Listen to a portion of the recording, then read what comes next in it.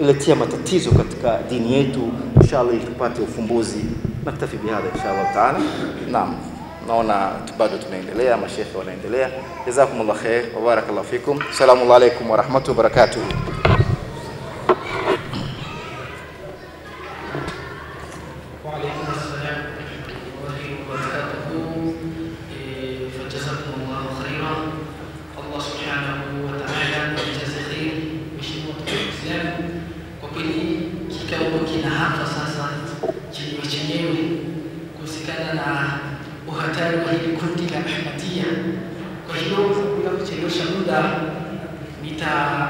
nitakaribisha Sheikh wangu kwa mara ya tena, Sheikh Ali Khamisi Sallallahu Alaihi Wasallam, kwa kuweza kuonesha ukhatari wa hawa jamaa wa Ahmadiyya inshallah taala.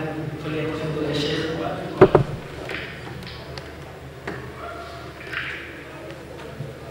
Niangalia kitabu chako.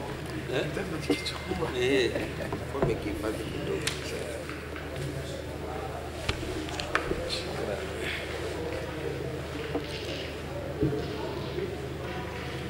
نعم. الحمد لله والصلاة والسلام على سيدنا محمد رسول الله وعلى آله وصحبه ومن والاه وبعد. Ndugu zangu Waislamu, kama alivyotanguliza Sheikh mwanzo, tumemaliza kipengele kile cha kuzungumzia bid'a na madhara yake na ubaya wake katika umma wa Kiislamu. Tunaelekea kuzungumzia kundi ambalo limetukusanya leo hasa bidhati, kundi la Ahmadiyya. Kuanza kwake kulikuwaje na dawa zake zikoje na ni upi msimamo wa wanavioni wa Kiislamu kuhusu kundi hili. Kutokana na muda wetu na tutaugawa na shekhe, tutakwenda haraka haraka. Aljamaa al-Ahmadiyya, ili kundi ni kundi liliozuka, halikuwepo katika historia ya Uislamu kabla ya karne ya 19 yani kufika. Manake karne za nyuma ya karne ya 19 kundi linaitwa Ahmadiyya halikuwepo aslan. Kuanzia mwaka Mtume Muhammad sallallahu alaihi wasallam anafanya da'wa hadi kufika mwaka 1880 ili kundi lilikuwa halijulikani. 1880 ili kundi lilikuwa duniani halipo, kundi linajulikana kama ni kundi la Ahmadiyya. Lilianza kupatikana na kujulikana kwamba ni kundi sasa limekuwepo katika Uislamu kwa madai yao baada ya hiyo miaka, ni mwaka 1889 ndio lilianza kupatikana hilo kundi kama linajulikana kama kundi la Kiislamu. Al-Ahmadiyya ni kundi lilizuka taifatan tasibu ila al-Islam, ni kundi linajinasibisha lenyewe kwenye Uislamu. Lilianzia India katika kijiji kinaitwa Punjab. Kijiji kinaitwa Punjab, ilikuwa ni mwishoni mwa karne ya 19 ya Kiislamu. Kundi hili lilikuwa katika au lilianzia katika kijiji kinaitwa Qadian. Qadian, ndio maana watu wenye kufata kundi hilo wakanasibishwa kwa hicho kijiji, wakaitwa Qadiania. Wananasibishwa kwenye hicho kijiji ambacho ndicho alizaliwa mtu anaitwa Mirza Ghulam Ahmad. Huyu jamaa Ghulam Ahmad, neno Mirza ni kama jina la utukufu, kama vile khalifa au mheshimiwa au sheikh, alipangwa hilo jina. Huyu Ghulam Ahmad katika wazao wa kijiji cha Qadian ana asili ya Kifaris. Asili ya wazazi wake ni kutoka Faris kule Persia, Iran. Wazazi wake walikimbia kutoka kule Khurasan wakaja kuishi sehemu za India ndani ya hicho kijiji, na ndiko alizaliwa huyu jamaa anaitwa Ghulam Ahmad. Ghulam Ahmad katika kijiji cha Qadian. Wakaitwa Makadiani kutokana na hiyo sehemu kwenye alizaliwa. kisha wakaitwa Ahmadiyya kutokana na jina la huyo Ghulamu Ahmad. Na hiyo ni kusudi kuitwa Ahmadiyya ili wachanganye Waislamu. Ili jina la Ahmad ni moja katika majina ya mtume wetu Muhammad sallallahu alayhi wasallam, wa mubashiran bi rasulin yati min ba'di ismuhu Ahmad. Nabii Isa alayhi salam alieleza ndani ya Qur'ani akitoa bishara ya mtume atakayekuja baada yake, jina lake ni Ahmad. Kwa hivyo ili jina la Ahmad ni jina la mtume Muhammad sallallahu alaihi wasallam. Ili kundi likijipanga wakajiita Ahmadiyya ni kumchanganya Muislamu, atajua hawa ndio wafuasi wa mtume Muhammad. Kwa hivyo jina lao Ahmadiyya ni nisba ya huyo Ahmad Ghulam, na wanaitwa Qadiania nisba ya kijiji alichozaliwa huyu Ahmad Mirza Ghulam Ahmad. Alizaliwa mwaka wa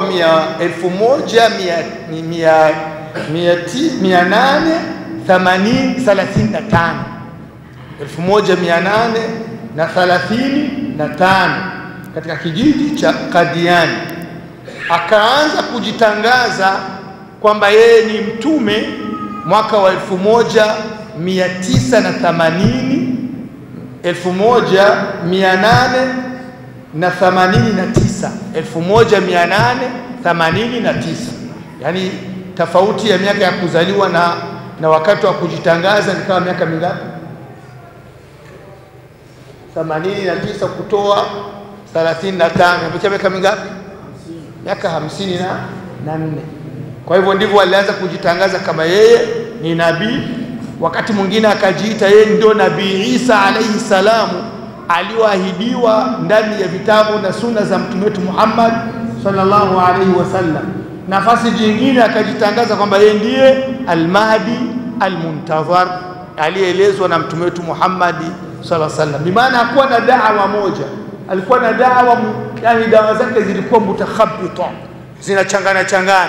Kuna mara anajiita ndio Isa alayhi salam al-Masih al-Maw'ud, kuna mara anajiita yeye ndiye al-Mahdi al-Muntazar, kuna mara anajiita ni nabii.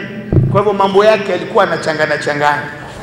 Lakini huyu jamaa alipewa sapoti kubwa na Waingereza. Wakati huyo alipewa sapoti kubwa na Waingereza, na wakaisapoti dawa yake na wakaipa nguvu, kwa sababu hiyo miaka ya 1889 upande wa Uislamu kulikuwa daula Uthmania ndio ilikuwa inatawala sehemu kubwa duniani. Na zama hizo khalifa aliyekuwepo alikuwa anaitwa Sultan Abdul Hamid Thani.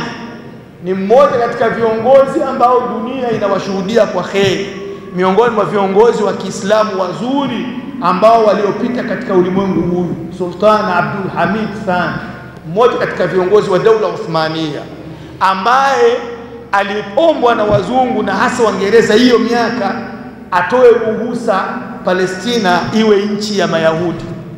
Alikataa, akabembelezwa na Mayahudi, akabembelezwa na Waingereza zama hizo, lakini akakataa kabisa matakwa yao ya kuitoa Palestina kuwa nchi ya Mayahudi, na akaahidi kwamba ni ardhi Waislamu waliichukua au waliimiliki kwa damu za babu zao kupigana kwa ajili ya Mwenyezi Mungu, na haitoondoka isipokuwa kwa damu za Waislamu. Walivyoona msimamo wa Sultan Abdul Hamid ni msimamo wa ujasiri, ni msimamo si wa kulegalega, walianza kumtafutia njia na mbinu za kumchimba ili sultani awe hana nafasi, aondolewe au auawe.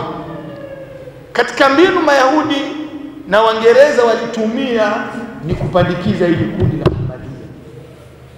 Hili kundi limepandikizwa, si kundi aslan lilizuka kwa misingi ya Kiislamu, ingawa wanadai hivyo kwamba wao wanaamini nguzo 5 za Uislamu, wanaamini Qur'ani, wana imani ya kuamini nguzo za imani zote, lakini hawa hawajaamini Qur'ani. Hauwezi kuamini Qur'ani na bado unadai kwamba utume unaendelea, wakati Qur'ani imesema Muhammad ni khatamun nabiyyin, ndio mtume wa mwisho. Ukija wewe na madai kwamba utume unaendelea, wewe unaiamini Qur'an, lakini ni madai tu, itakuwa ni da'wa la hakikata laha. Kwa hiyo kundi lilikuja kwa madai hayo, lakini kwa lengo ni sitara ya kufikia malengo ya maadui wa Uislamu ndani ya Uislamu kwa jina la Uislamu. Kwa hivyo hawa makadiani kama nilivyosema tahdidan walianza mwaka wa 1889 katika kijiji cha Punjab, katika mji wa Punjab, kijiji cha Qadian, ambapo alikuwa alizaliwa kiongozi wao na muasisi wao anaitwa Ghulam Ahmad. Huyu jamaa alijidai kama nilivyosema kwamba huwa al-Mahdi al-Muntazar, mara akasema huwa al-Masih al-Maw'ud, mara nyingine akawa anajidai kama ni ndiye Nabii Isa alayhi salam. Wafasi wake baada ya kufariki kwake waligawanyika kundi mbili. Kundi moja likawa linaitwa al-Haraka al-Ahmadiyya al-Lahoriya, wakaenda kujiweka katika mji wa Lahore katika nchi ya Pakistan, na kundi lingine likabaki linaitwa Jamaatul Muslimina al-Ahmadiyya, Jamaatul Muslimina al-Ahmadiyya. Hizi kundi zote mbili zote zinaitakidi kwamba kiongozi wao, muasisi wao ni Mirza Ghulam Ahmad, ambaye ni muasisi wa Qadian. Na mpaka sasa hawa Ahmadiyya wanaendelea na kuendeleza uongozi wao. Hivi sasa wameshafika kwa khalifa wa 5. Khalifa wa kwanza ni huyo Mirza Ghulam Ahmad. Alipofariki zikagawika kundi mbili, kila kundi ikawa na kiongozi. Walienda wanaendelea viongozi baada ya kiongozi, mpaka leo kiongozi wao wa mwisho ambao yuko ameteuliwa kwa mida siku za nyuma ni kiongozi wa 5 katika viongozi wa al-Ahmadiyya, ambaye jina yake ni Mirza Masrur Ahmad. Mirza Masrur Ahmad, na kituo chake kikuu na makao yake yako London. Ana kituo kikubwa kabisa na makao makubwa, wanaita idhaa Islamia, radio ya Kiislamu na kituo cha Kiislamu katika nchi ya Uingereza, ndio makao makuu ya Ahmadiyya. Na hapa ni nafasi, weka mistari 10 chini ya hilo neno. Vipi kundi la Kiislamu lilianza India, wakati Waingereza ndio wameikolonizea India, na baada ya kuondolewa kundi hili wamehamisha makao yao makuu yako London. Jipe ulizo, vipi hili libakie linaitwa kundi la Kiislamu? Vipi linaitwa kundi la Kiislamu? Makao yao makuu yamekaa nchi ya London, na limeanza huko lilivyoanza kwa madai na fikra ambazo mlizosikia. Kwa hivyo kundi la Ahmadiyya ni kundi ingalao litajinasibisha kwenye Uislamu na kwa madai ya Uislamu, lakini ni madai hayana uhakika wowote, kwa sababu ni kundi liko hapo kipicha Waislamu, lakini kiundani ni kuhakikisha ajenda za magharibi dhidi ya Uislamu. Kiuinje ni Waislamu na wanasema wanatoa shahada, lakini kiundani ni kundi la kuhakikisha ajenda ya magharibi kwa mipango yao wanayokusudia kwenye Uislamu kwa jina la watu wanaitwa Waislamu, ingawa kwamba wao wanajiita ni Waislamu, lakini muslimuna yasauna ila tajdidi alfikri alislami. Ni Waislamu ambao juhudi zao zote wanataka kubadilisha fikra ya Uislamu, manake wawe na Uislamu mpya, sio ule Uislamu ambao tunaujua sisi. Kundi hili la Ahmadiyya lina wafasi dunia nzima, na wanasimama kidete kuzagaza kundi lao kwa njia mbalimbali.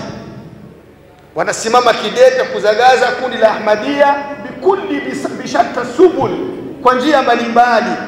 Min tilka subul, ya kwanza na kubwa, tarjamatul Qur'anil Karim ila iddati lughat, kuifasiri Qur'ani kwa lugha mbalimbali za duniani na kuizagaza.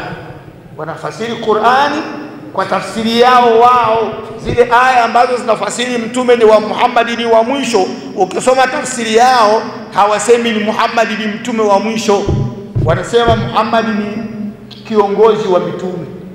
Nasema ni ile khatamun nabiyina, si kwamba yeye Mwenyezi Mungu alimtunuku kumfanya kuwa kiongozi katika mitume, lakini yeye sio wa mwisho, ili kutangaza kwamba utume unaendelea. Tafsiri hii wameichapisha mpaka sasa kwenye lugha 52 lugha tofauti duniani. Lugha 52 tofauti duniani wameshachapisha msahafu kwa tafsiri hizo, na wanaizagaza duniani sehemu mbalimbali. Walahum nashatun kabir fi Afrika, wana juhudi kubwa sana katika nchi za Afrika, hasa nchi za Afrika ya Magharibi, na hata leo Afrika ya Mashariki wameshabobea. Sehemu za Tanzania wapo, Kenya wapo, na leo kwetu wameingia, wanaanza kubobea kwa kiwango kikubwa. Wa fi baadhi duwali al-gharbiyya, na wako kwenye nchi za Ulaya sehemu nyingi wako na vituo kama markazi za Kiislamu. Walahum al-yawma fi Afrika bihasabi masadirihim ma yazidu an 5000 murshid wa da'iya. Hivi leo tunazungumza katika nchi za Kiafrika tu, sawa na ripoti zao wa Ahmadiyya, wako na watu zaidi ya 1500 wanayelipwa kwa kwenda wanafundisha kundi la Ahmadiyya. Zaidi ya watu 1500 ndani ya Afrika wanalipwa mishahara na kituo kikuu London kwa lengo la kwenda wanasomesha Ahmadiyya na kuingiza fikra ya Ahmadiyya katika maisha ya watu kila siku. Kwa hivyo hili ni kundi ambalo liko na juhudi zao kubwa ni kutaka kuhakikisha istiqraru hadhihi alfirqa, hili kundi litue na likubalike na liwe na jina, kwa sababu likiwa na jina litahakikisha malengo ya nchi kubwa kubwa za kimagharibi ndani ya yani katika maisha ya Waislamu, katika kufuta na kuvunja yale ambayo Waislamu wanayoyakubali na kuyaamini. Kwa hivyo kundi la Ahmadiyya wako na itikadi ambazo zinakhalifu itikadi za Kiislamu nyingi. Lil Ahmadiyya mu'taqadatun mukhalifa liaqidati almuslimin. Wa Ahmadiyya wanazo itikadi wanazikubali zinakhalifu itikadi ya Kiislamu. Dhahiran wanasema nu'minu bi 5 arkani alislam: as-salat, shahadatain, as-salat, az-zakah, as-sawm, al-hajj. Wanakubaliana nayo kwamba ni nguzo za Uislamu. Wa nu'minu bi arkani al-imani 6, na tunakubali nguzo za imani 6. Nu'minu billah wa malaikatihi wa kutubihi wa rusulihi wal yawmil akhir wa nu'minu bil qadar khairihi wa sharrihi. Hadhihi iddiaat la haqiqata laha. Haya ni madai hayana ukweli, kwa sababu wangekuwa nakubali hizo nguzo, haya tunayotaka kuyataja hapa hawangeyakubali kwamba ni katika itikadi zao. Ni mu'taqadati al-Ahmadiyya, katika itikadi za Ahmadiyya na wanaziamini wanakubali i'tiqaduhum bistimrari nubuwa. Wanaitakidi kwamba utume unaendelea, na ndio maana Mirza Ghulam Ahmad wanaitakidi kwamba ni mtume, hata kama hawalitangazi, lakini kwao wanaitakidi na wanapokea mafunzo yake aliyowaachia kama tunavyopokea mafunzo ya mtume, na hii tayari imetosha kuwa ni ukafiri wa kundi hilo. Jambo la pili, katika itikadi zao zinakhalifu itikadi za Waislamu, i'tiqaduhum bi mauti Isa alayhi salam. Wanaitakidi kwamba Nabii Isa alikufa, haiko hai, na tafsiri yao ya Qur'ani inaeleza kama Nabii Isa alikufa, na makundi yanayetua jadili Waislamu wakitumia tafsiri wa huwa anatumia tafsiri ya Makadiani ya kwamba Nabii Isa alayhi salam alikufa, na hali Mwenyezi Mungu asema wama kataluhu wama salabuhu walakin shubbiha lahum. Hawajamuua Nabii Isa Mayahudi wala hawajamsulubu, lakini makadiani wanathibitisha kwamba Nabii Isa alikufa. Itikadi ya tatu katika itikadi za batil ni kukiri kwao kwamba Mirza Ghulamu Ahmad ni mtume, na hii ni kinyume na itikadi ya Uislamu ambao Mwenyezi Mungu anasema Mtume Muhammad sallama ni mtume wa mwisho, baada yake hakuna nabii mwingine. Kuja kudai utume baada ya Muhammadi ni ukafiri. Kwa hivyo hii katika itikadi za hao Maahmadia. Jambo la 4 katika itikadi yao ni ile ajenda ya maadui. Wanakiri kwamba jihadi ni mansukh, hakuna jihadi katika Uislamu. Jihad Waislamu kupigania Uislamu wao, hilo jambo mtume alikufa limeisha, halipo. Kwa hivyo wao ni Waislamu hawakubali jihadi katika Uislamu. Kwa hivyo hili likithibiti na kundi hili likawa limesha koma duniani, bi maana hapa takuwa jihadi. Muislamu hatakuwa na lolote atalolidai kwamba ni jihadi ndani ya Uislamu. Na hii kwa malengo yao wakati ule walikusudia kundi hili liwasaidie Waingereza kupunguza nguvu ya daula Uthmania katika kuipigania dini ya Mwenyezi Mungu Subhanahu wa Ta'ala. Kwa hivyo hii ndiyo kundi la Ahmadiyya kwa kifupi, kwa sababu ya muda lieleweke hivyo kwamba si kundi la Kiislamu, na haya si maneno yangu mimi, lakini tutanukulu wijihatu nadhari ulamai almuslimin, mtazamo wa vioni wa Kiislamu kunako kundi hili. Qurani iliteremka, sunna za bwana mtume zilikuwepo, miaka imepita kama mnavyosikia hadi mwaka 1889 ili kundi alipo.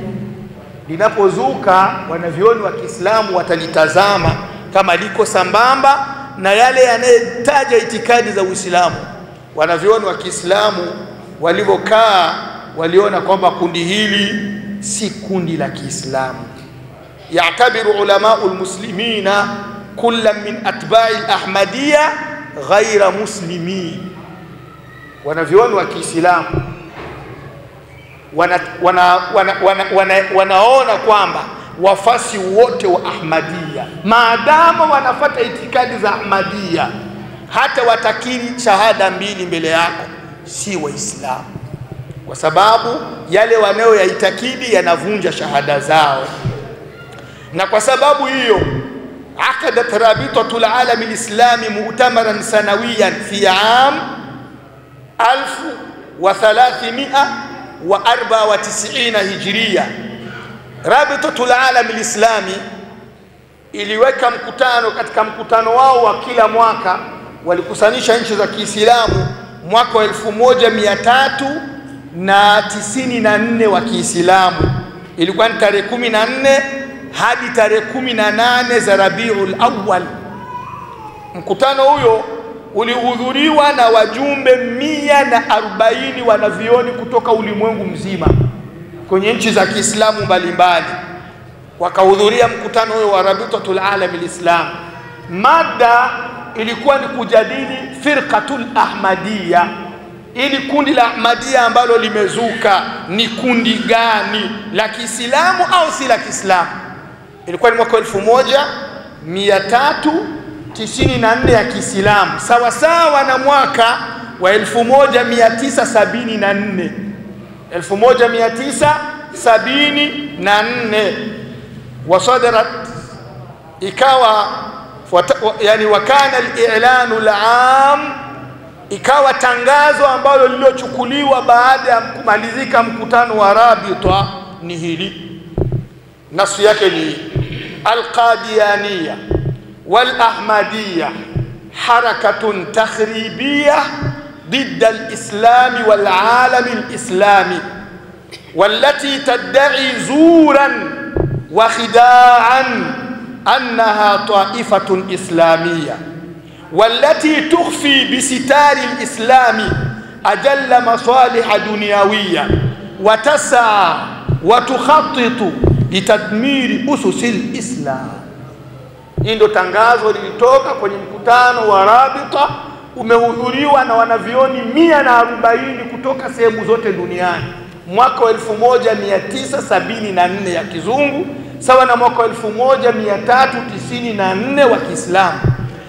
Maamuzi ya kikao, wanavioni waliokutana walisema Makadiani au wa Ahmadiyya ni haraka inayokuja kubomoa Uislamu, iko kinyume na Uislamu na inapiga vita ulimwengu wa Kiislamu. Wanadai kiuongo na kwa kudanganya kwamba wao ni kundi la Kiislamu, lakini wanaficha kwa siri malengo yao na maslahi yao na muungano wao na watu wa magharibi kwa kupiga vita na kuvunja misingi ya Uislamu. Ndio tangazo lilitoka mwaka huyo. Baada ya mwaka huyo, wanavioni wa Pakistan mwaka 1979 wanavioni wa Pakistan qararu fi dawla al-Pakistaniya bi anna ta'ifat al-Ahmadiyya kharijuna 'anil Islam. Kundi la Ahmadiyya ni kundi liko nje ya Uislamu. Lile kundi lilikuwa Ahmadiyya Lahoria, likaswagwa likaondolewa, na labda ndio ilikuwa sababu ya kuhamisha na kupeleka makao makuu London. Baada ya fatwa hiyo, sadarat fatwa munazamati al-mu'tamar al-islami bikufri ta'ifati al-Ahmadiyya. Kisha munazama ile inani hii yani ile inaitwa Islamic Congress, yani Muslim ni umoja wa nchi za Kiislamu, wana vikao vyao huwa wanavifanya Jeddah, Saudia.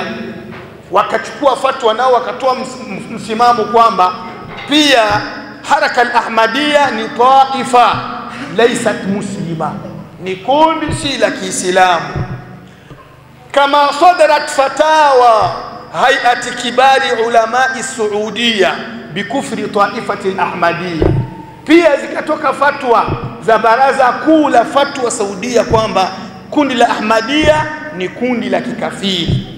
Wasadarat fatawa ulama'i al-Azhar bikufri taifati al-Ahmadiyya, pia zikatoka fatwa za wanavioni wa Azhar kwamba kundi la Ahmadiyya ni makafiri. Hadha ma ada ma sadara min fatawa ulama'i Sham wal Maghrib wal Hindi wa ghairiha. Kinyume na hivyo, kuna fatwa zingine nyingi zilishindikiza kutoka Sham, kutoka Maghrib, kutoka Hindi, zinazokuonyesha kwamba kundi la Ahmadiyya ni taifa ghairu muslima, kundi lisiokuwa la Kiislamu. Kwa maana hiyo, al-Ahmadiyya laysa taifa islamiyya, si kundi la Kiislamu. Hata kama watajitangaza kwa shatta subul, kwa njia nyingi za kutoa misaada. Watudanganya kwa misaada, ndugu zangu, na sisi ni watu tunapenda misaada. Watudanganya kwa misaada, watudanganya kwa mambo ya kutusaidia hiki na kile, na lihali ni kundi limekaririwa na wanavioni wa Kiislamu duniani kwamba si kundi la Kiislamu. Kwa maana ndugu zangu Waislamu, kundi la Ahmadiyya ni kundi si la Kiislamu ambalo limekuja kwa kujivika Uislamu kama sitara, wapate fursa ya kuuchimba Uislamu na kuharibu, na wakiitwa Waislamu. Mwenyezi Mungu Subhanahu wa Ta'ala atazidi kunusuru Uislamu kama alivyosema Mwenyezi Mungu, yuriduna liyutfi'u nura Allah biafwahihim wallahu mutimmu nurihi walau kariha alkafirun. Wana malengo ya kuzima nuru ya Mwenyezi Mungu kupitia midomo yao, kupitia mbinu zao, na lihali Mwenyezi Mungu ameahidi kuitimiza nuru yake. Hii aya, ndugu zangu Waislamu, ina maana nzito sana. Allah alitumia fi'l mudhari, yuriduna liyutfi'u nura Allah. Sawa? Allah Subhanahu wa Ta'ala wakati anajibu asema wallahu mutimmu, hakusema wallahu yutimmu, ambayo ndio ilikuwa inasibiana ile fi'l. Lakini Mwenyezi Mungu asema wallahu mutimmu, akatumia ismul fa'il ili aonyeshe kwamba Allah Subhanahu wa Ta'ala hilo atalihakikisha na litakuwa tu, ataitimiza nuru yake na dini yake, japokuwa makafiri watachukia. Kwa hivyo ndugu zangu Waislamu, mpaka hapa tumeona kundi hili la Ahmadiyya kwamba wanavioni wa Kiislamu duniani wanalikariri, wanalitangaza kwamba si kundi la Kiislamu. Hata tutawaona wanavaa nguo za Kiislamu, makanzu ya Kiislamu, na hata imefikia kwa sababu ya kutojulikana wanakuja kuhiji, kwa sababu wanakuja na jina la Kiislamu na majina nguo za Kiislamu, pasipoti zinaandikwa majina ya Kiislamu, wanaenda hija. Lakini sio tija na sio sababu, maadamu wanavioni wamekariri na wameangalia itikadi za hawa watu kwamba haziko sambamba na itikadi za Kiislamu, kumbe ni taifa takhribia yuriduna takhriba alislami wa ususihi. Hawa malengo yao ni kuharibu Uislamu na kuvunja nguzo na misingi ya Uislamu. Mwenyezi Mungu aunusuru Uislamu na shari zao. Ama madhara yao, kama ndio mada imebaki, madhara ya Ahmadiyya baina ya Waislamu ni pale tutapokuwa sisi tumeshirikiana nao, tumeukua nao, tumetembea pamoja nao, wametuletea misaada, tumepokea, tumeswali kwenye misikiti yao, wamejificha baina yetu. Itakuwa ni vigumu kuwaona na kuona ubaya wao, na hivyo itakuwa sababu ya kuudhuru Uislamu. Mwenyezi Mungu atulinde na tuhifadhi na hilo na aulinde Uislamu. Subhanakallahumma bihamdika nashhadu an la ilaha illa anta nastaghfiruka wa natubu ilaika. Shekhe, ndugu yangu shekhe atakuwa na kipengele cha kuongezea labda baada ya swala, kisha tuache fursa ya maulizo insha Allah. Mwenyezi Mungu akipenda. Nabainisha vizuri nini kiongelea